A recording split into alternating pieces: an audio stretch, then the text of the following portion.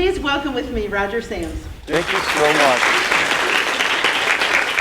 So I slid in a little too late. I had a really hard time getting out of Chipotle, the traffic. I mean, literally, it's like... First off, thank you for choosing Purposeful Pathways. I'm just really grateful. It's I get to eat and pay my rent. So thank you so much. And so today is about introducing you to these materials so that you can use them effectively. First, let me tell you what Purposeful Pathways is not. Purposeful Pathways is not a complete comprehensive curriculum that you're supposed to go through page by page by page and do everything we tell you to do. It's not that. So grab one of your books, any color you want, and look at the subtitle on the cover page. Possibilities for the Elementary Music Room. Or if you go to the orange book, well, you don't have the orange book yet. When you get the orange book, it says Possibilities for the Elementary and Middle School Music Room. But, so here's my elevator speech. Purposeful Pathways is an extensive collection of developmentally sequenced lesson plans where children learn about music by making music. So it's a collection of possibilities for you to choose from. It's not all inclusive. We didn't try to do everything.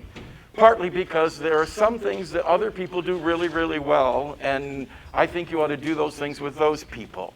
So you'll notice there are not a lot of folk dances in here, because there are a lot of great folk dance resources with people who are experts in different cultures and can present the folk music of their culture way better than we can.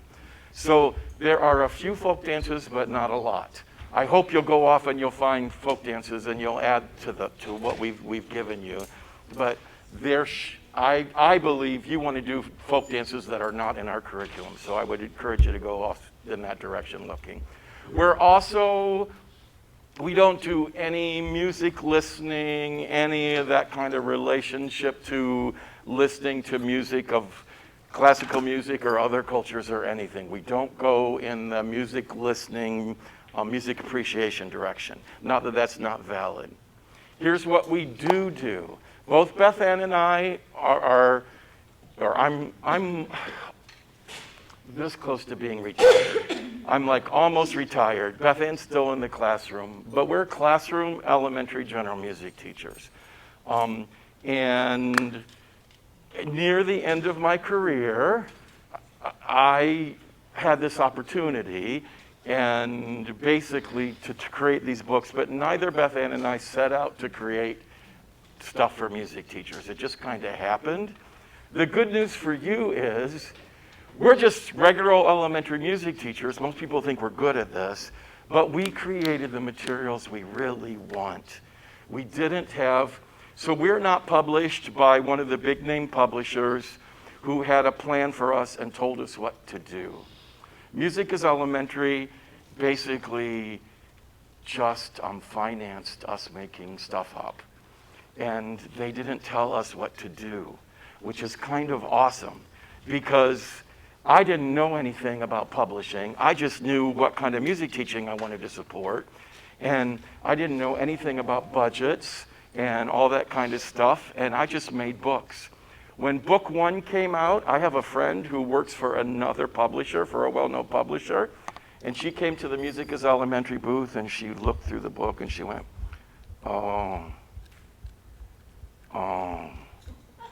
And she said, they would never give me a budget to make a book this beautiful. And I thought, we never talked about a budget. I just made the book I wanted to make. So that's the glorious news, is Music is Elementary isn't a big business with corporate people telling you what to do. It's kind of a little music store. And I got to use their resources to make the materials I wanted. So these are really classroom friendly. Purposeful Pathways is a blending of Orff, Kodály, with a little bit of Dalcroze. I have to admit that it's not an equal three-way blending. It's a pretty equal blending of Orff and Kodály, and Dalcroze is definitely the neglected stepsister. I'm just going to own that up front. which is probably appropriate for public school teaching, to be quite honest. I don't know very many people in public schools who make Del Crow's their home-based place for teaching. I love Del Crow's, but it hasn't permeated elementary general music the way Orff and Kodály have. So you're going to find that when the activity looks like literacy or something, or cultivating beautiful singing, you're going to think it's Kodály. And if it looks like creative movement or improvising or composition, you're going to think it's Orff. And if it looks like adding expressiveness through teacher-directed music making, that's a little bit of Del Crow's. But it's really about blending Orff and Kodály. Now, when I was young, so I'm bald and my beard is white. Both of those things indicate I'm old. When I was young, the common wisdom was, Orff and Kodály are totally different things. Do not mix them. They're different. Well, that didn't make sense to me, because what Orff is really good at, Kodály didn't pay very much attention to. And what Kodály's really good at, Orff didn't pay it very much attention to. And I was interested in both of those things. So I've been a rebellious blender my whole life. And now that I'm an old fart, rebellious blending is kind of in fashion. So these books have kind of taken off because it really is a blending of Orff and Kodály. So if you feel like your roots are in Kodály land, you're going to find things that feel really familiar to you. And you're going to be grateful that Beth Ann and I have created improvisation and composition and creative movement structures for you. If you're more Orff-Schulwerk oriented, you're going to find things that feel familiar that you're excited about and you love. And you'll be grateful that all the scores and all the literacy stuff and all that stuff has all been figured out and it's ready for you, and you don't have to do that work. Beth Ann likes to say, we give you your Sunday nights back. So you don't have to write every step of the lesson plan, but you still have to plan, because you're not going to go through this book page by page by page. There's too much in here. You can't do all these things. And here's another thing. We don't really do a lot of the seasonal things. So come October, if you do Halloween in your schools, you're probably going to get out your Black Cat and your scary ghost songs. And so basically what you've got here is your meat and potatoes. This is your cognitive, skill building skeleton upon which you hang everything. And you'll notice as soon as you start digging in, every lesson builds on what came before. It's very conceptual. I think we did a really nice job of blending conceptual learning with playful, joyful fun. I think we hit both of those things pretty well. So I want to show you before I forget, and because I knew I was anticipating being filmed today, I want to get everything really right on the video.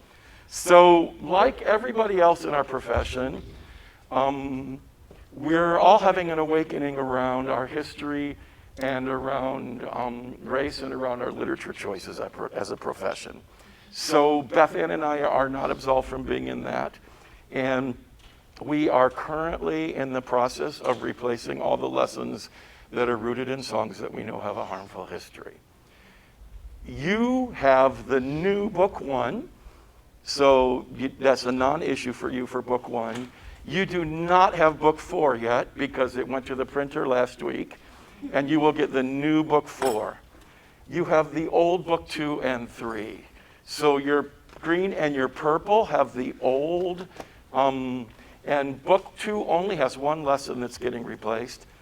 Book 3 is the doozy. There are a lot, because anyhow, I was going to say, because of where we're getting developmentally, we start getting into chord changes, and that's when minstrel music is really elemental with chord changes. So a lot of songs from minstrel shows in that time and period in our history wound up in book 3. So book 3 is the doozy, and there are a lot of lessons getting replaced in that book. And they're not quite available to you yet, but I want to show you where to go to get them as we write them. So I'm on Music is Elementary's homepage, www.musiciselementary.com. And on their homepage, they just changed it, but I'm anticipating there's still a link for us. Yep, right there. It says Purposeful Pathways Replacement Lessons. Now, I used to work for Music is Elementary, but COVID changed that, and I don't have any influence there anymore. I wish they would say a little bit about why there are replacement lessons, but they don't. But you now know, you can click on here, and it will take you to another page where you can download the replacement lessons. So far, we have the 2 songs in book 1 that are getting replaced. You don't need them because you got the new book. Oops. Book 4 just went to the printer. Now we're working on the PDFs and the electronic visuals, and that will be up soon. And then you'll come back and get book 2 and 3 in the coming months. So just keep checking back to the MIE webpage so you can get the replacement lessons for the songs that you don't want to be doing with your children. Because that's really important work. Now that we know better, it's really important that we do better. Thank you so much for your help. So I'm going to go to my electronic visuals, which I keep in Dropbox, so that you can see everything I'm doing. I'm looking for my Dropbox now. There it is. And if you're a follow-along person, get out your blue book. That's your book 1. The first lesson is a name game. And we're going to start right off with the second lesson, Bernie B.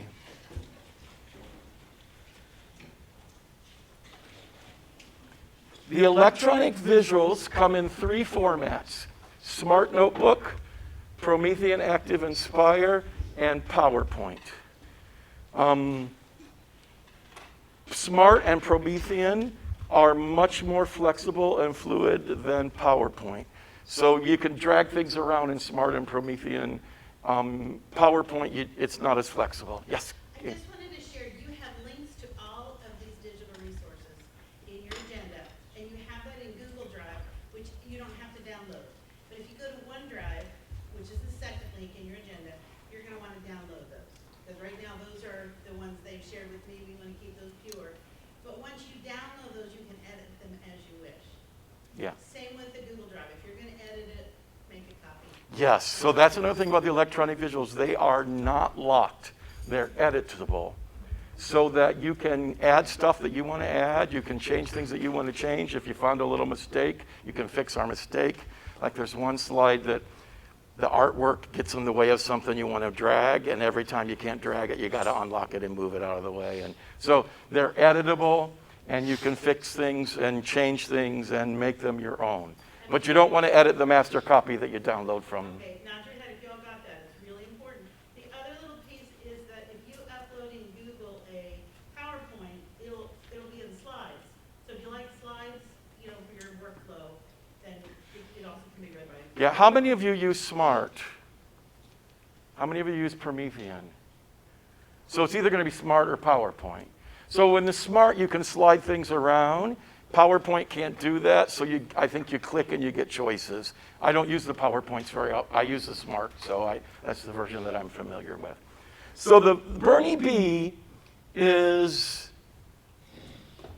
the first lesson that's not a name game, and it comes whenever you're ready to start teaching literacy skills. So whenever that is. For me, that was the beginning of first grade. And if you teach literacy in kindergarten, great. I'm not going to, I do have feelings about that, but I don't want to debate them. For me, in my classroom, preschool and kindergarten was about play, play, play, play, play, play, play. Find your singing voice, steady beat, high, low, fast, low, loud, soft, smooth, rough. I don't do any literacy work in kindergarten. But first grade, when they come to first grade, so they already can sing, they already found their head voice, hopefully. They already can pat a steady beat. They already understand musical opposites. Beginning of first grade, I make a big deal that you're in first grade, and in first grade, we learn to read music, and we go right into notation. So Bernie B is for whenever you're ready to start teaching notation.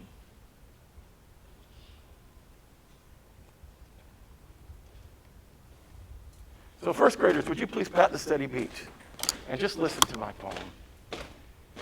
Bernie B, tell me when your wedding be.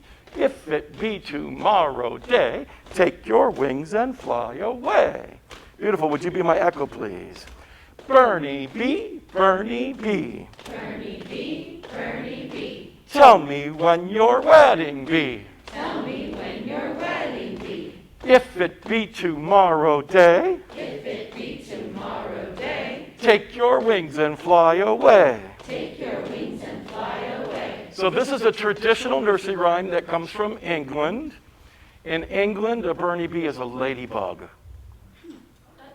We decided to not go there and not have the discussion about how this is a poem from England, and in England they call ladybugs Bernie bee. So we went with a bee. But know that bee's a misrepresentation of the culture this song comes from. And I don't actually know how I feel about that now. You know, when I wrote the books, I was totally okay with that, but now we've been paying so much more attention to honoring the culture. I mean, it seems silly because it's like England and it's, you know, but the reality is in England, Bernie bee is a ladybug. I don't think I'd talk about that with the kids, but I want to be honest with you about that. That if we were being really culturally accurate for this British folk rhyme, it would be a ladybug. But I don't want to take the time to explain that to children, and because they're going to hear Bernie bee and they're going to think of that in our classroom. So that's what we're going with. Would you please pat and say the beat, or say the words? 1, 2, and here we go. Bernie bee, Bernie bee, tell me when your wedding be. If it be tomorrow day, take your wings and fly away. Yeah, first graders, can you do that again? And this time, I'd like you to notice that sometimes there are 2 sounds on the beat, and sometimes there's 1 sound on the beat. Say the poem, 2 sounds, 1. Bernie bee, tell me when your wedding be. If it be tomorrow day, take your wings and fly away. Did you notice that sometimes there were 2 sounds in the beat and sometimes there were 1? Yep, look at that slide. Bernie bee, with our heartbeats. And then we can do some notation. Bernie bee,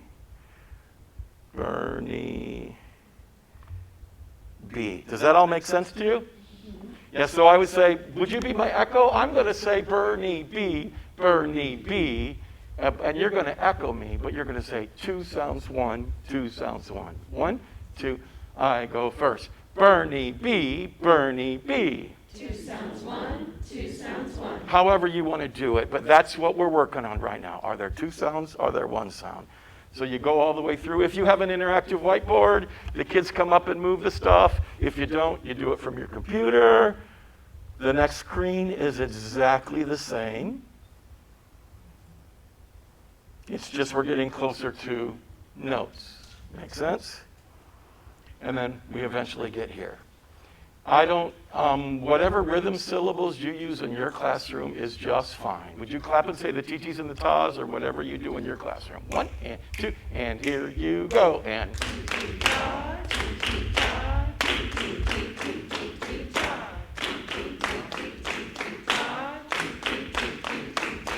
yeah, that's the rhythm. When we read the notation like that, that's the rhythm. And can you see the heartbeat up there? This half the room, can you do the heartbeat with me? You're going to do the rhythm. Rhythm, ready, here you go.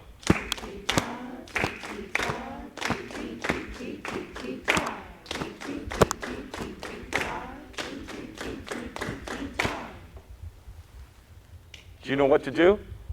Took 0 words, and you knew exactly what to do. 1, 2, here we go.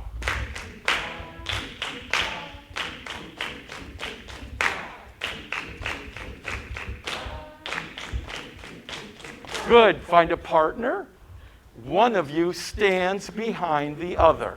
So one person stays in the chair, the other person stands behind them.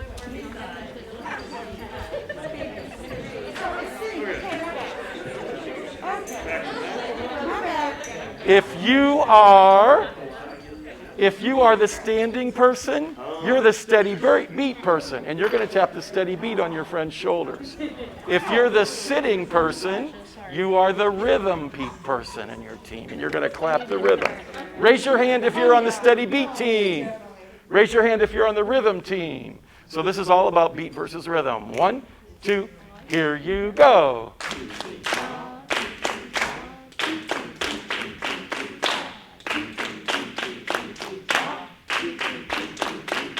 And if you're really first graders, we trade jobs, right? But we're not going to because we're kind of in a hurry today. So this half of the room, pick up your rhythm sticks. This half of the room, pick up your hand drum. You are the heartbeat team. You are the rhythm team. 2 parts ready. Here we go.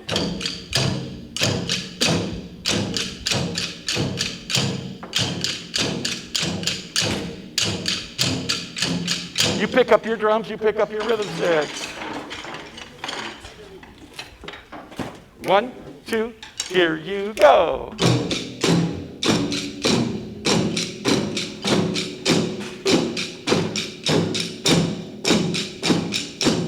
So you see how the separation of the groups is supportive?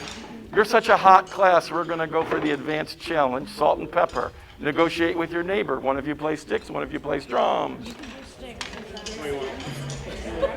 Get ready. 2 parts mixed up. Here we go.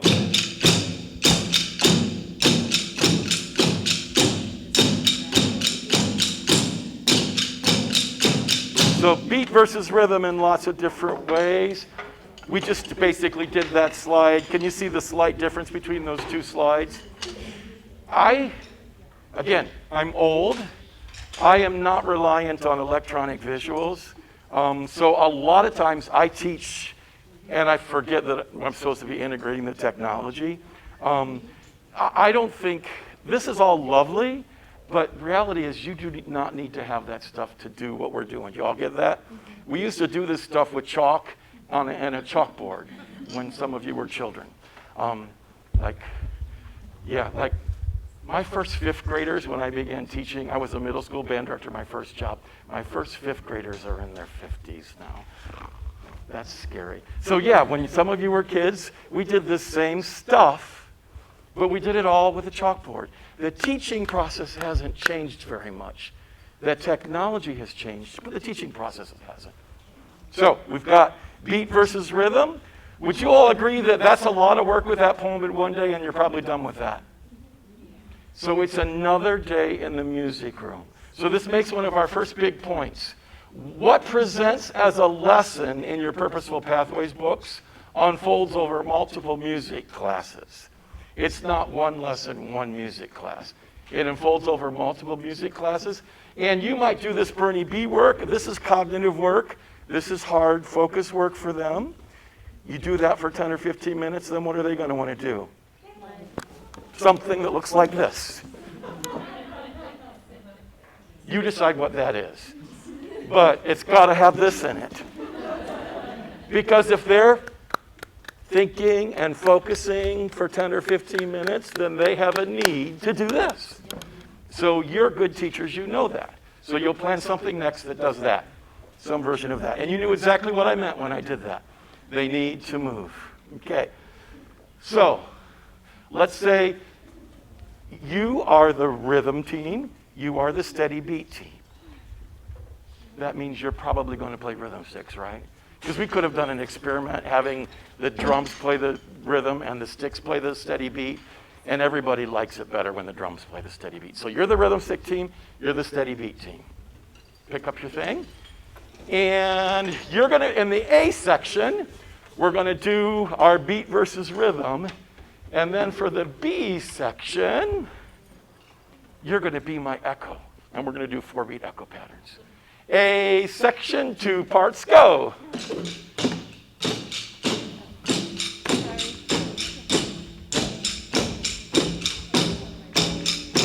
Echo me.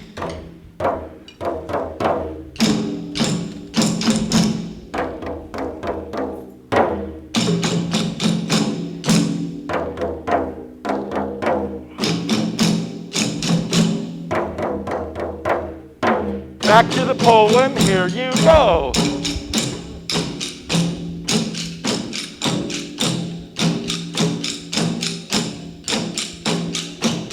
Does that make sense? And you can take that ABA form and probably just about any ABA form thing we have in the book, and you can turn it into a rondo by having, while they're doing the A section, the kid who's the leader picks the next leader, and then the next leader, and then the next leader, once they're good at 4-beat echo patterns. So 4-beat patterns, if you're going to teach children to improvise, you're going to be 4-beat echo patterning them to death at the beginning. Because until you can just create a 4-beat pattern spontaneously, you can't really improvise. Does that make sense? So I do 4-beat echo patterns all the time. In fact, here's my warm-up, here's my beginning warm-up ritual to every music class. So you might want to take notes because this isn't any specific place in the book. This is just how I began every music class. I didn't have any furniture in my classroom. The kids had assigned seats on the floor. They'd come in, they'd lie down on the floor. I'd turn the lights off, and in theory, we begin in silence. Then when I turn the lights on, they know that it's time to sit up, and they're going to echo me. Be my echo, please. Whoop, whoop, whoop, whoop, woo! Boo, boo! Woo, woo! Woo!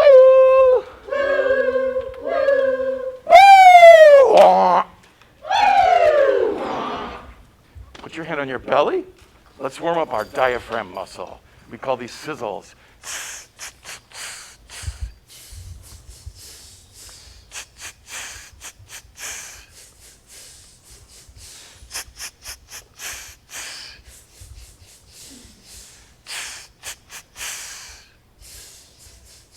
So I might throw in some talking about how important our diaphragm muscle is to good singing. Then we echo clap.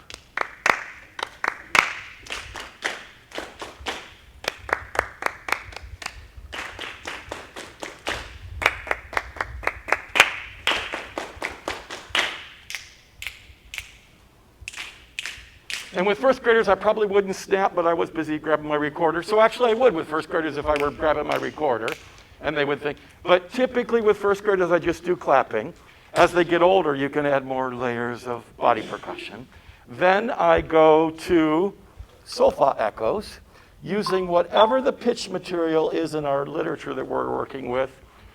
We only know so and mi. So I'm only going to use so and mi in our vocal warm-up here. Be my echo. So, mi, so, mi. So, mi, mi. Mi, mi, mi, so, mi, mi, mi, so, mi. Then here's the last part, ear training for first graders. I play recorder, you sing back what you hear. Oops, I do not have perfect pitch.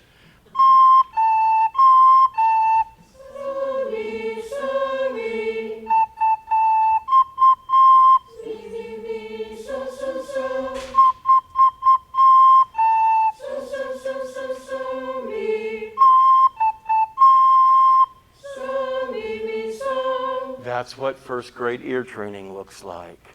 I didn't do ear training till I got to college, and it was hard. Start it in first grade when your choices are ta, ti, ti, so, mi. And it's not hard. It's just what musicians do. And they grow up improvising. And listening and thinking. That's the difference between when I was a kid in the 1960s and today. When I was a kid in the 1960s, going to music class meant going to music class and singing and having fun and playing games. I'm all for all that stuff. But they didn't teach conceptually back then. So now we're asking ourselves to do all the things that I did in music class in the 60s, sing and play games and have fun, and teach cognitively, sequentially, problem solving, all that stuff. You're doing way more than music teachers have done in the past. Yay for you. Because we're teaching the children so much with so little time.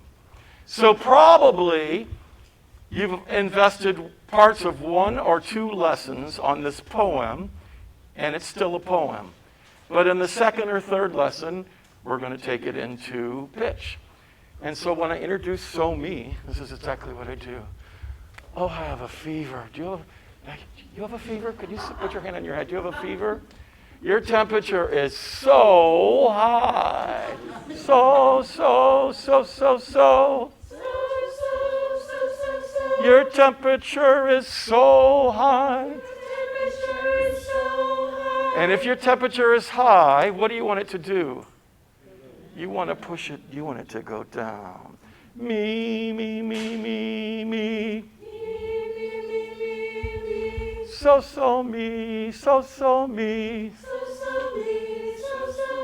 That's as fast as it's that fast for me. I don't do a lot of cutesy stories. I have a terrible fever, that's as cute as I get. But it works. And it gets them right in. And I don't make it much of a bigger deal than that. And now they know So Me. Make sense? Okay, beautiful. And that stuff's not in the book. That's just teaching that you learn along the way. And then once they know, so be my echo, please. Bernie B, Bernie B. Bernie B, Bernie B. Tell me when your wedding be. Tell me when your wedding be. If it be tomorrow day. If it be tomorrow day. Take your wings and fly away. Take your wings and fly away. So music teachers, can we agree that's not the most stimulating song on the planet? Highly predictable, exactly as it should be for cognitive work in first grade. Okay, so that's what we're offering you, your cognitive work. But you're not going to just do Titi Ta So Me only in first grade. You all get that? Then you're going to get out the songs that are, she'll be coming around the mountain when she comes. You sing and you do all that kind of stuff in addition to this stuff. So I just want to be really clear that you're not just doing So Me songs in first grade. You're supplementing it with joyful singing and game playing and all that kind of stuff. Okay, so we know So Me now. I'm going to sing Bernie B, Bernie B, and you're going to be my echo, but you're not going to sing the words. You're going to sing the so's and the me's. Bernie B, Bernie B. So me, so me. Because you taught the kids that so for now is in a space and me is in the space below it. And we just did melodic dictation, first grade style. Make sense? Okay, so we won't take the time to do that. Then I love this part. This xylophone, every time you see it, is interactive. All you have to do is click a bar and it goes away.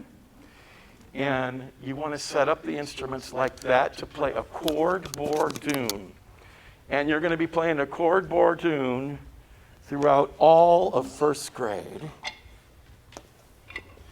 A chord bordune is an open fifth accompaniment. Can you hold up your invisible mallets?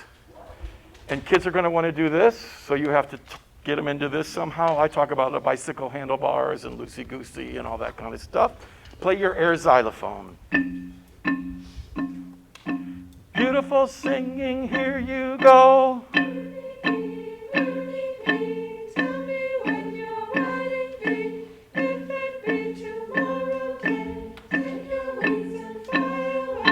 So, because this is the first one, probably in kindergarten, at the end of the year, I probably planned some fun piddle around on the Orff Instruments lessons that were not about steady beat or anything, that are just about free exploration.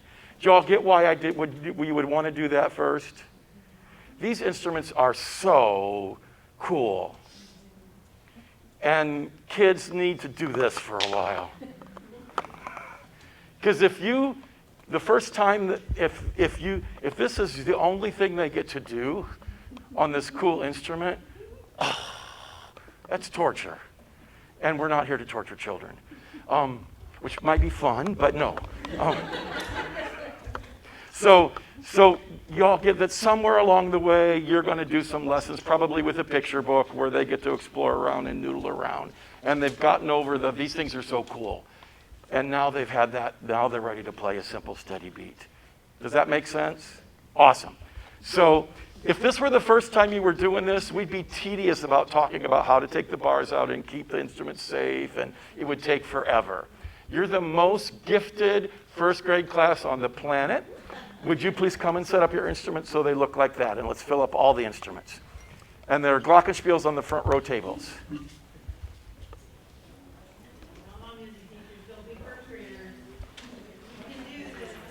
Yes, and if you're in first grade, you are stampeding to get to the instrument.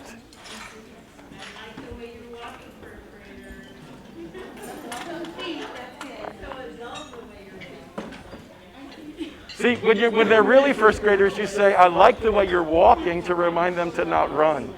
When it's an adult seminar, she says, I like the way you're walking, when she really means get your butt out of the chair and come up to an instrument.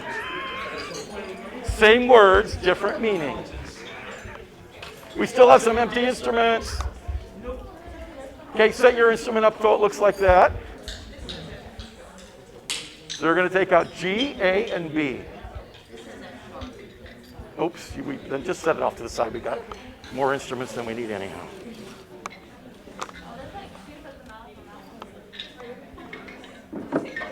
Okay, steady beat players.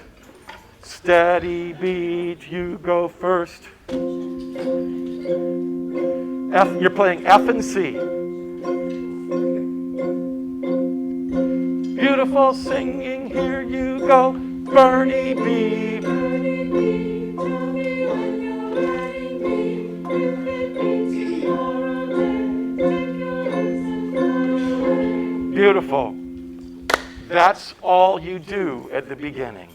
Singing with a steady beat. Do not try to play a fancy schmancy orff arrangements with first graders in the beginning of the year. They can't do it.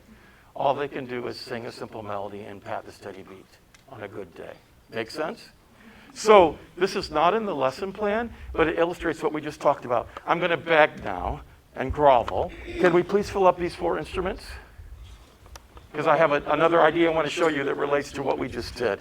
And I can also show you something about your electronic visuals that's so cool. You move away from the slide, and it resets itself. So when you come back, it's brand new again. And so if you're in the front row, in fact, if you're everybody who's not a bass, and this is not, I wouldn't talk like this to first graders, but you could do this activity with first graders, but you'd have to set up the instrument. We're going to set up an F pentatonic. And you set up an F pentatonic by taking out 2 Fs and 1 B. So basses, you stay set up the way you are. Everybody else, set up your instrument for F pentatonic. This is not in the book, but it has to do with what we were just talking about, and it's a great idea. And because this is all about possibilities, when I have a great idea, I run with them because I'm not married to what's in the book. So, and this is an activity that I have done with children. It's just never made it into the book. So, take your wings and fly away. If you are not a bass, could you play the sound of Birdie B flying away? And you can fly anywhere you want to fly on your xylophone. And stop. You were so good at following the conductor. When we play together in an ensemble, an orchestra, or a band, or we sing together in a choir, we always have to watch the conductor and stop when the conductor does that. So basses, you're going to be the steady beat team. You're going to be the fly away team, and you're going to watch me for the cutoff. So we're getting things in place that are going to create success for years to come. Steady beat, you go first. Beautiful singing, here you go. Birdie bee, tell me when you're wedding me. If it be tomorrow day, take your wings and fly away. You guys can stop when the birdie bees come in. Yeah, and let me look at the score. See, I don't even remember what the score says because it doesn't really matter. Yes, we do have a glockenspiel part that I typically don't do when I'm in a workshop. Oftentimes I just say steady beat and singing, that's enough. But actually the score has something else. So watch my new part. This is how you teach that something else. Bernie B, tell me when your wedding be. If it be tomorrow day, take your wings and fly away. Can you get ready to take your wings and fly away? Singing go, Bernie B, Bernie B, tell me when your wedding be. If it be tomorrow day, take your wings and fly away. So another rule of our show work is prepare with the body before you go to the instrument. So we just prepared a glissando. So can you add that part? Steady beat team, you go first. Beautiful singing, here you go.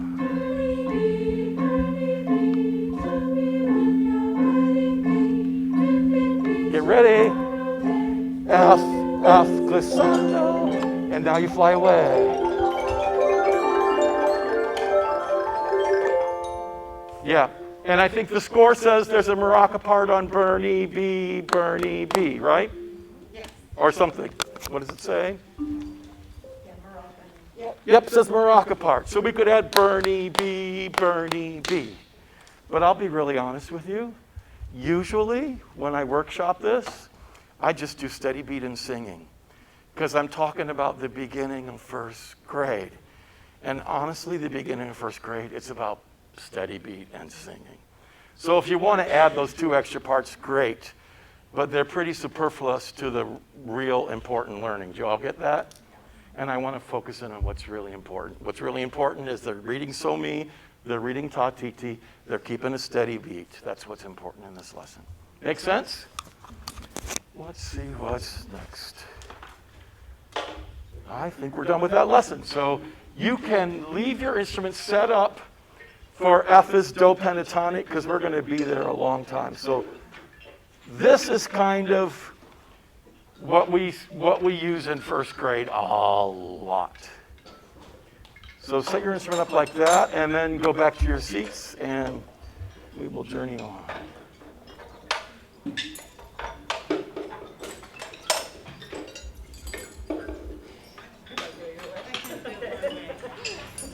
Hopefully Michael will not film me doing this. Close up, you say? Do you promise?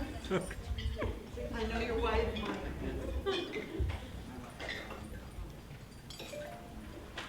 Boy, it's windy out.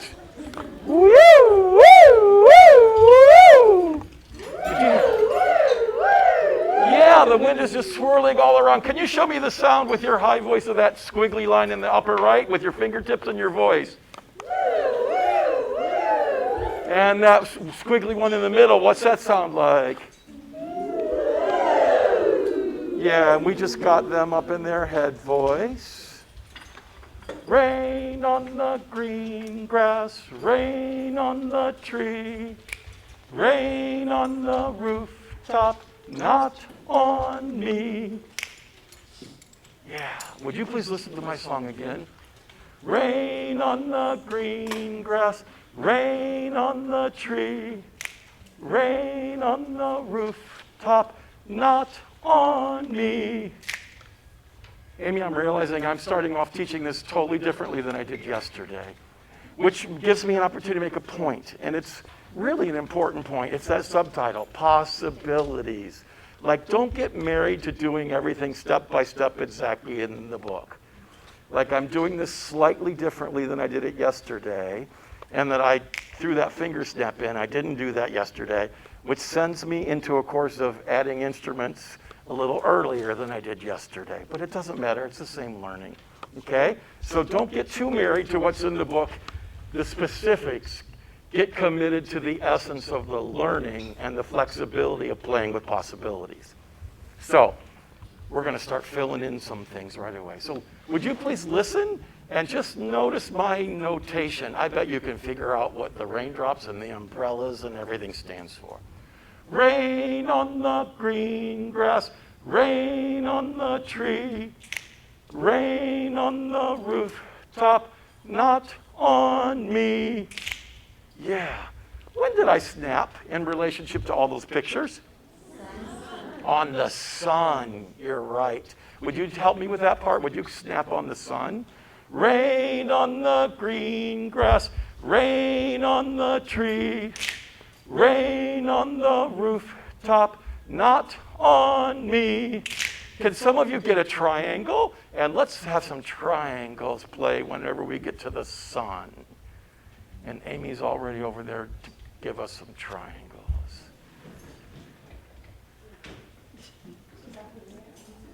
Okay, we're going to have to take and pass. Take and pass. Everybody remember, it came from the blue bucket. Came from the blue bucket. Where did it come from? Blue bucket. I can make no promises about this.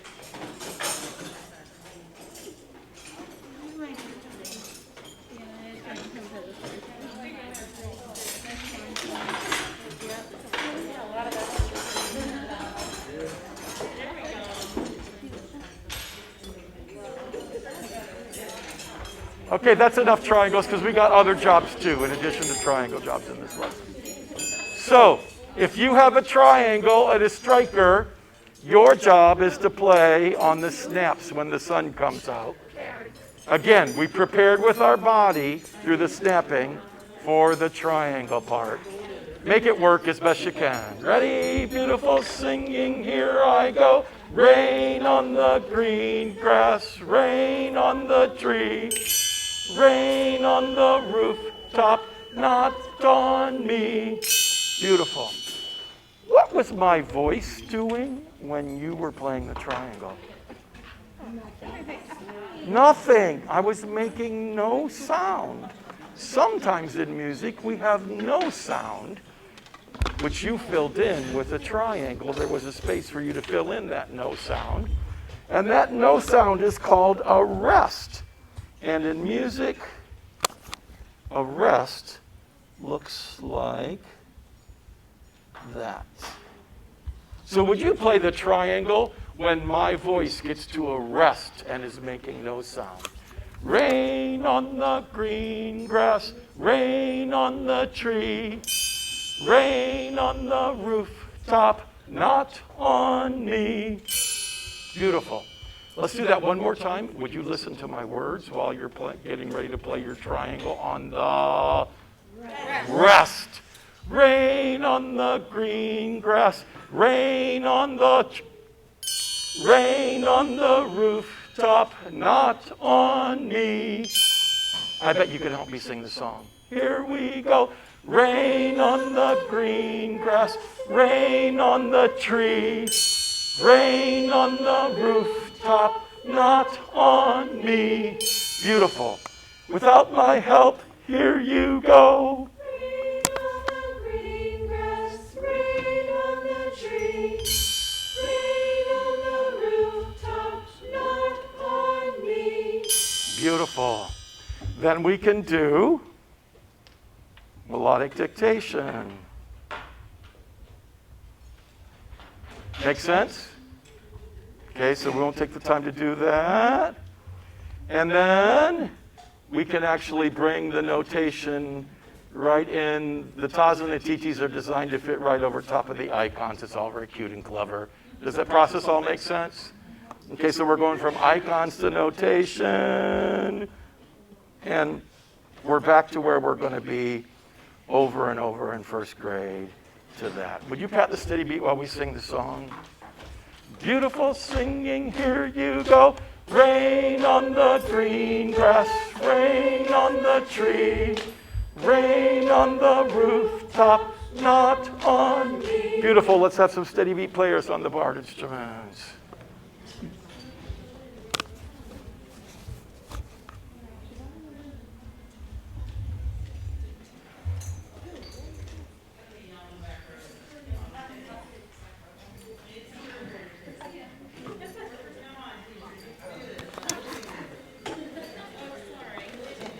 F and C, steady beat, here you go.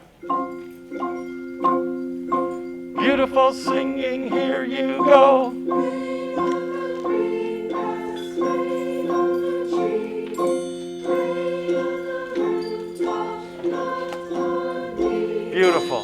In your score, that says it's for the bass xylophone, right? Yes. Says, or probably says BXBM. Yes. Bass xylophone, bass metallophone. But it's first grade. I want as many kids as possible practicing the steady beat. So I'm really okay with we all play, even though technically in Orffland you put that steady beat chord we're doing on the basses. But I don't want to just have 3 kids playing. I want to have lots of kids playing. Watch me, please. Rain on the green grass, rain on the tree, rain on the rooftop, not on me.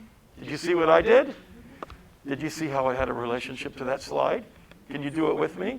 Singing ready, here we go. Rain on the green grass, rain on the tree, rain on the rooftop, not on me. Good. Amy's got some girls waiting for us over there. What? Whirl.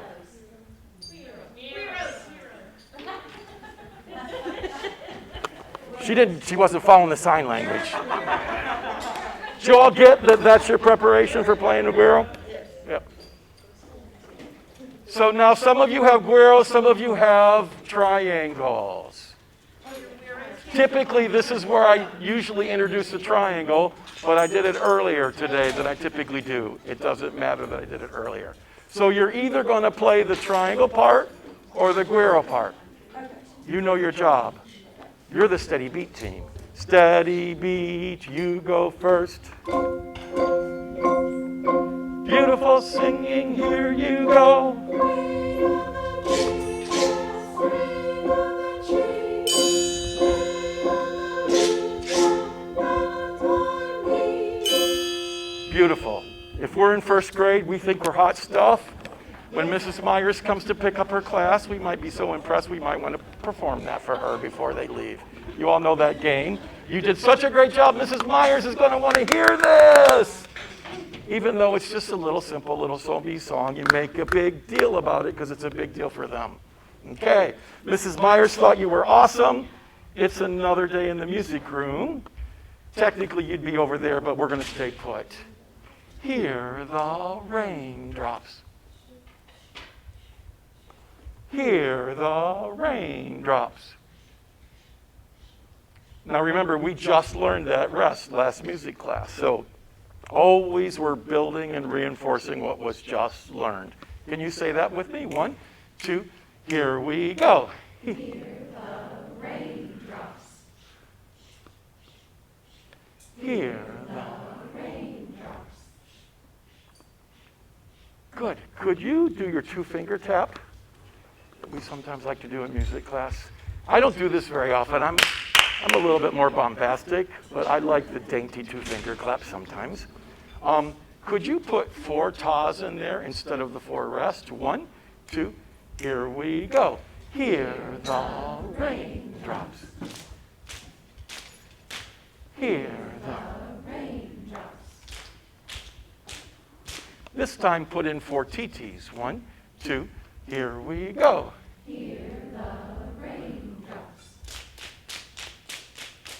Hear the raindrops. Good. Could you do the hear the raindrops part?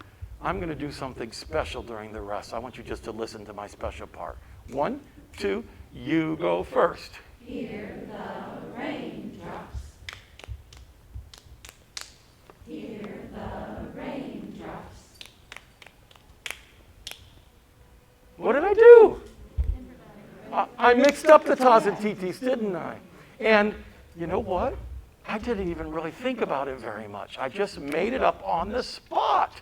Could you make up the sounds of raindrops? Sometimes it's 2 sounds, and sometimes it's 1. Let me hear you make up your raindrop music. Here we go.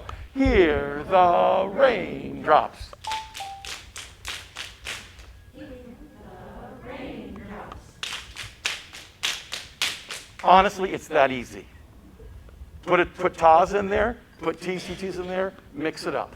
Because you've been leading 4-beat echo patterns. They're used to hearing 4-beat patterns. When you ask them to make up one spontaneously, they can do that.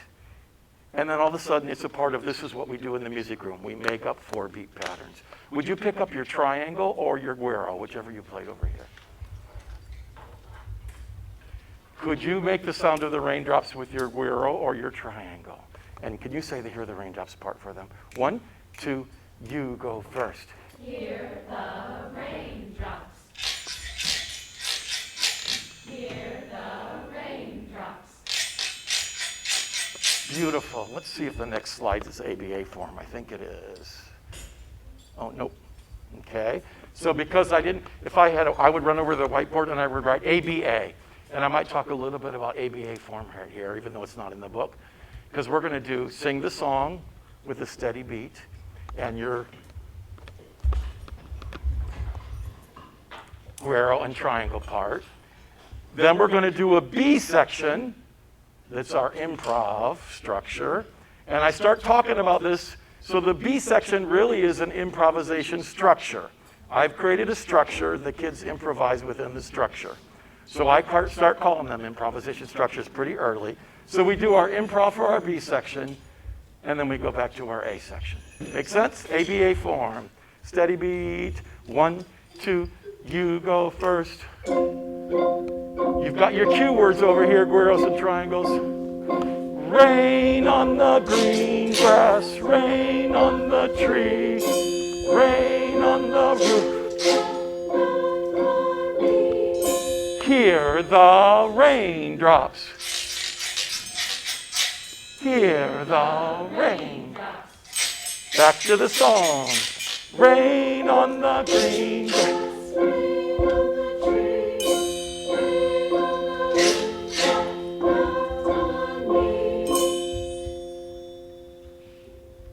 That was so good, first graders.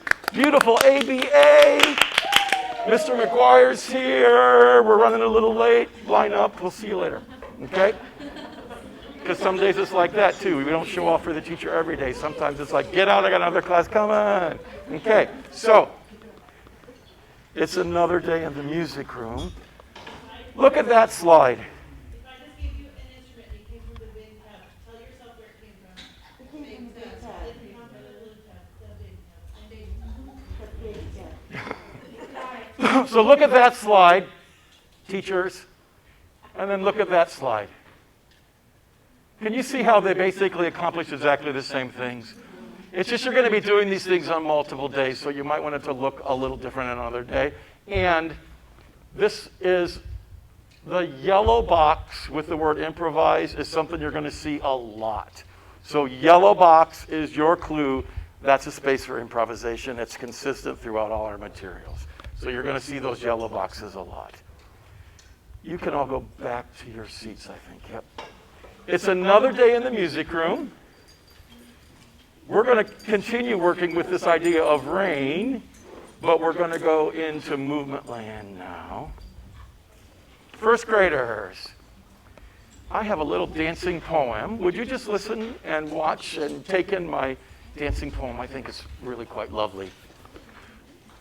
Rain is falling down, such a peaceful sound.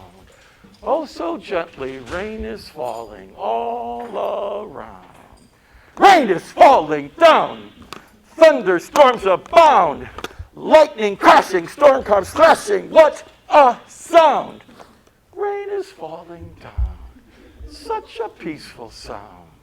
Oh, so gently, rain is falling all around.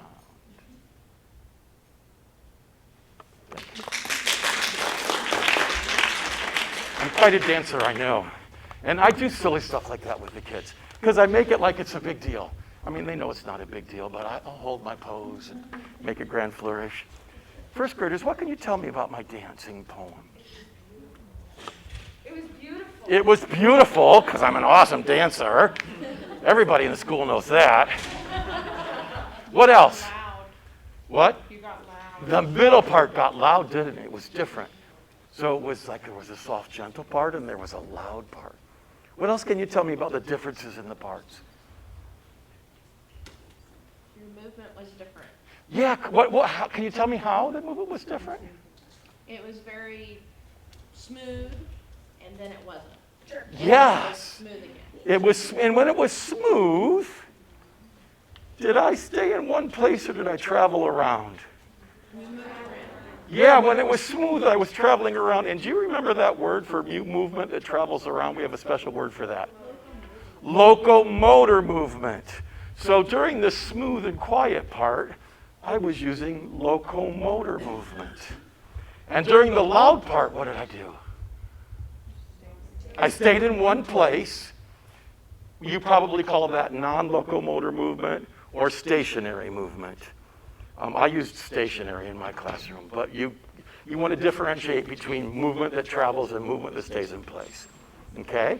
And then I also, what else did I do when the movement was stationary? What else? Sharp, jagged shapes. Okay? So I'm gonna let somebody over here pick. What's your name? Abigail. Abigail, do you want your team to be the dancing team or the speaking team? Dancing. Okay, the dancers are over here. Stand up, dancers, and find a little space. That means you're the speaking team. Okay. Okay. So dancers, do you know your jobs? Did we talk enough about the movement that you know what you're doing? Speakers, do you understand the differences between the two different styles so you can be really expressive for our dancers? Ready? 1, 2, here you go. Rain is falling down, such a peaceful sound. Oh, so gently, rain is falling all around. Rain is falling down, thunderstorms abound. Lightning crashing, storms are crashing, what a sound. Rain is falling down, such a peaceful sound. Oh, so gently, rain is falling all around. And hold your ending shape. Oh, that's so beautiful. In the back row, your grandma's going, oh. Yeah, oh, your grandma's going to love that in our spring program. Good. Let's trade jobs. You are now the speakers, and you're the dancers.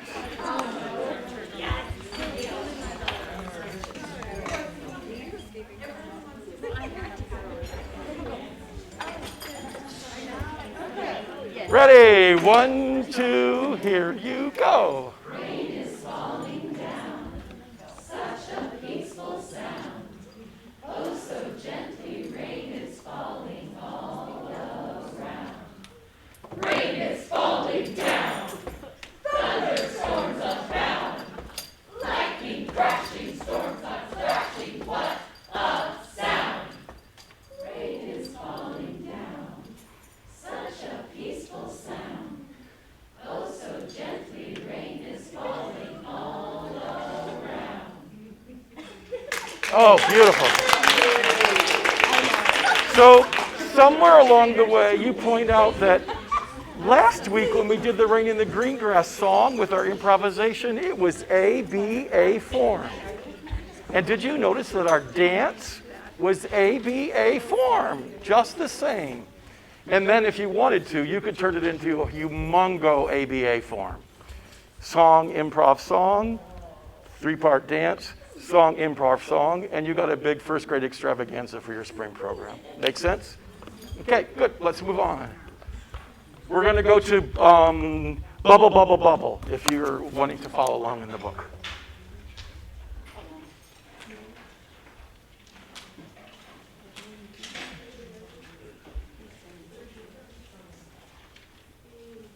So I'm going to give you a really thorough introduction to book 1, and then we're going to fly through the other books. Would you please pat the steady beat? And be my echo, please. Bubble, said the kettle. Bubble, said the pot. Bubble said the kettle, bubble said the pot. Bubble, bubble, bubble, we are getting very hot. Bubble, bubble, bubble, we are getting very hot. Shall I take you off the fire? No, you need not trouble. Shall I take you off the fire? No, you need not trouble.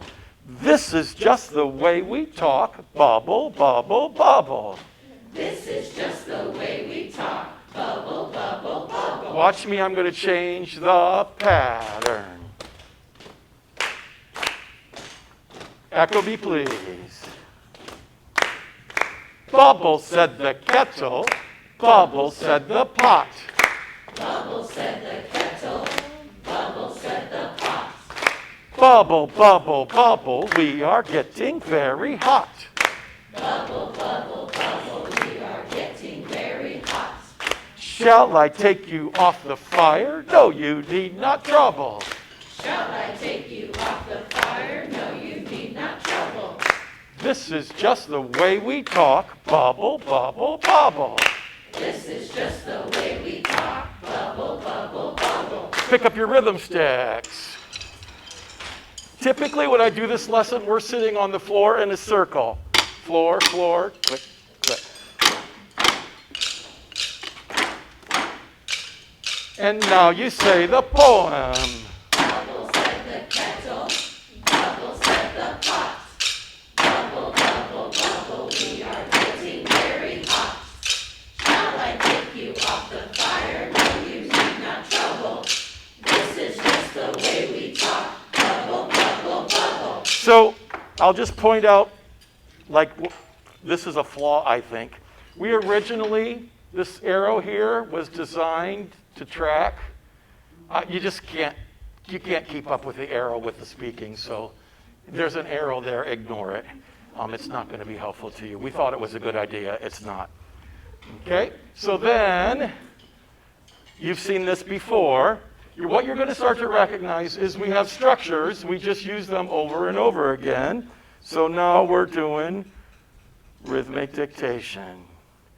And probably one kid's coming up at a time to the whiteboard and dragging things. So that's the first kid, and we check their work. Then the next kid comes up and we check their work. Make sense?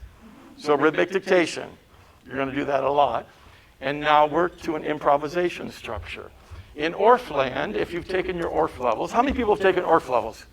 So if you've taken your Orff levels, you're going to recognize this as what we teach in level 1 as rhythms to be completed.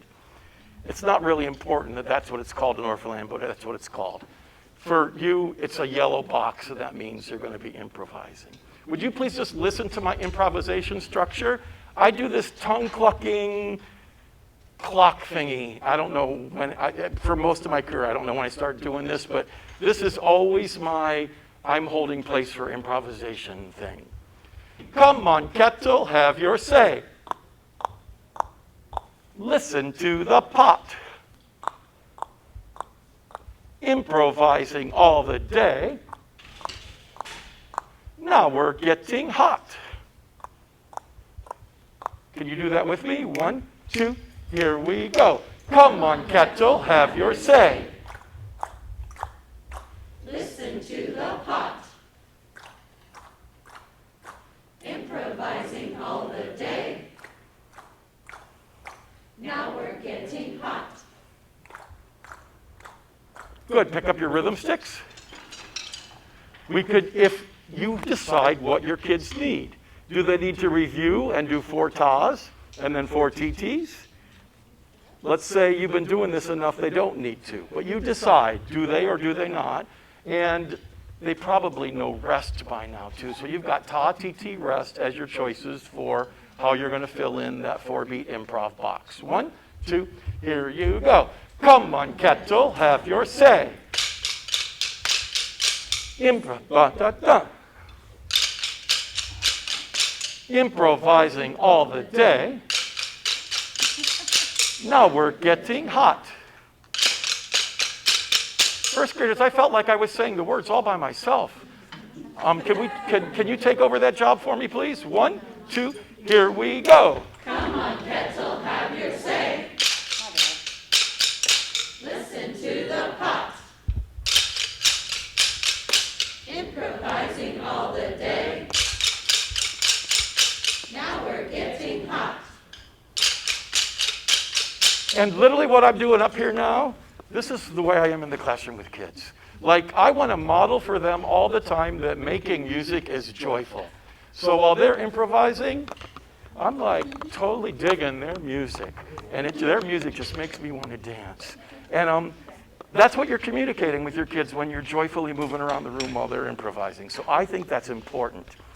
This is our B section. we know ABA form really well because we ABA them to death in first grade. Do you remember our accompaniment pattern for the A section? And now you say the poem. Bubbles at the kettle, bubbles at the pot. Bubble, bubble, bubble, we are getting very hot. Shall I take you off the fire? No, you need not trouble. This is just the way we talk. Bubble, bubble, bubble. Come on, kettle, have your say. Listen to the pot. Improvising all the day. Now we're getting hot. Back to the poem, here you go. Bubbles at the kettle. Bubbles at the pot. Bubble, bubble, bubble, we are getting very hot. Shall I take you off the fire? No, you need not trouble. This is just the way we talk. Bubble, bubble, bubble. So when the kids are really good at improvising 4-beat patterns on their rhythm sticks, then I like to bring this into the formula. Sometimes you tap your rhythm sticks on the floor, and sometimes, because you see how we're doing that in the A section? So for a long time, steady beat is like this, and improvising is like this. But now we're here, so can you put this and this in your improv? ABA form, but now you have an expanded repertoire of possibilities. 1, 2, here we go. Bubbles at the kettle. Bubbles at the pot. Bubble, bubble, bubble, we are getting very hot. Shall I take you off the fire? No, you need not trouble. This is just the way we talk. Bubble, bubble, bubble. Come on, kettle, have your say. Listen to the pot. Improvising all the day. Now we're getting hot. Bubbles at the kettle. Bubbles at the pot. Bubble, bubble, bubble, we are getting very hot. Shall I take you off the fire? No, you need not trouble. This is just the way we talk. Bubble, bubble, bubble. Oops, you just remembered that grades are due in 2 weeks and you haven't done very many assessments this semester. Not that any of you have ever experienced that. So you've got 20 minutes left in this period, and doggone it, you're going to get an assessment in. Okay? B sections are perfect assessment opportunities. Everybody gets a 4-beat solo. So B section, you. B section, you. Come on, kettle, have your say. Listen to the pot. Improvising all the day. Now we're getting hot. And you've got your iPads there, and you just did 4 assessments. A section, you get ready for the next 4 kids. Got it? Okay. I think that's it for this lesson. Oh, no, it's not. Composing with icons.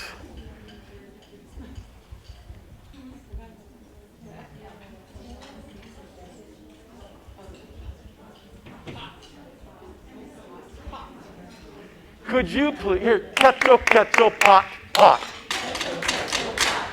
Would you clap and say my rhythm 4 times? 1, 2, here we go.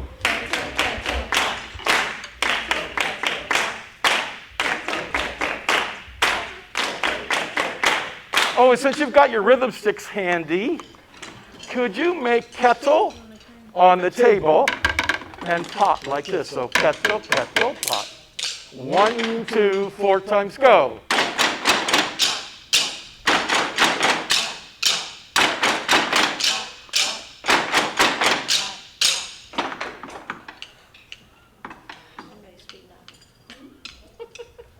Do that one 4 times and keep the stick pattern the same way. So kettle was on the table, right? Pot's up here. Second pattern 4 times, go.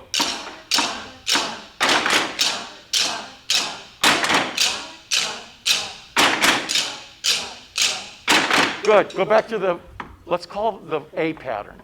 The A pattern at the top. 1, 2, A pattern.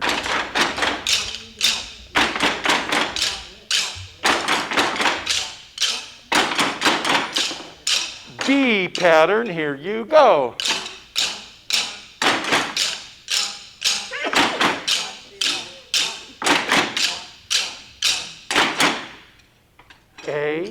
A, B, A. A, B, A. 1, 2, here you go.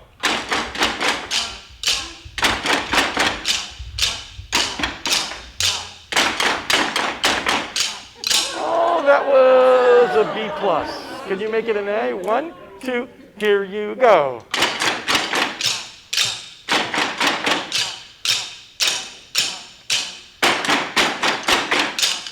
Did you hear how better it got that second time? Yeah, so it was perfect that you fluffed that up on purpose so that I could model for you how you constantly have to be listening and helping the students remediate. The music part is our A section did that 4 times. Say that again? Our A section did that 4 times. When we were practicing the rhythm, yes. Yeah, so when you went A, B, A, well, I was thinking 4 times anyway. So we would have blundered that and we would have giggled about it and then I would have explained what I wanted. Yeah, because here, if you'll notice, what we just did isn't ever really spelled out in your book. So what I'm trying to model for you is, and this is the magic of our work. I love Kodai, I love our work, I love them both. But here's the magic of our work. You've got all these little jigsaw puzzle, these little puzzle pieces.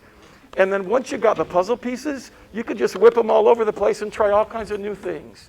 So we were just playing around. So yeah, when you're just playing around, sometimes there might be some ambiguity and you'll clear it up and you'll fix it.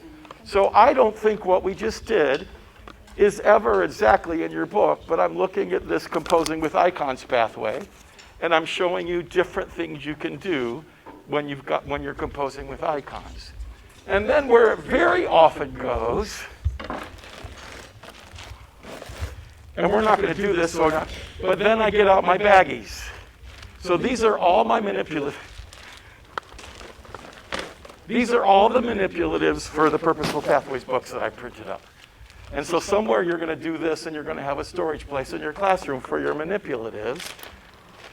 And you'll print them up. I think it's like on page 6, it tells you where to go online to get your printable manipulatives. You'll print up the cards, you'll probably have them laminated, and you'll spend way too much time watching Netflix and cutting out laminated cards on the weekend. Unless you have a service that does that for you here in your district. Well, sort of, kind of, but not the cutting. Yeah, okay, so whatever you have to do, you're going to make yourself, and then I pass off my little packets of cards and the kids can do their composition activity. So I could give you cards that are pots and kettles, and you could do this in small groups if you wanted to and make your own AABA composition or whatever you want to do. Does that all make sense? Excellent. I think we're about halfway through, so you can tell us what to do next, Amy.